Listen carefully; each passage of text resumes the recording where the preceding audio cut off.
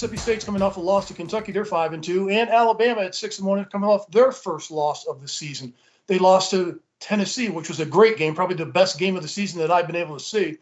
Alabama's still ranked in the top 10, and so is Mississippi State's ranked in the top 25. So you've got two teams that are ranked going head-to-head at this one. But this game's in Tuscaloosa. I like the way that they played offensively with Bryce Young. I didn't think that he would be able to throw the ball as effectively as he was coming off that shoulder injury, but he looked just fine going into this game. I'm really impressed offensively with Jamar Gibbs, the running back. He not only can run the football, coach, but he's excellent out of the backfield and catching the ball and does a terrific job in pass protection.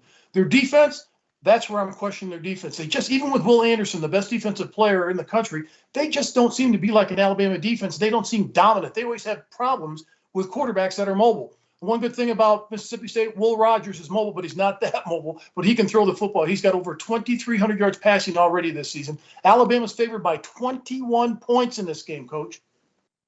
Well, as I said, Mark, you never have the same team twice, and that really applies to Mississippi State. They're a good football team, but they've lost some football games that they should not have lost, and Kentucky being one of them.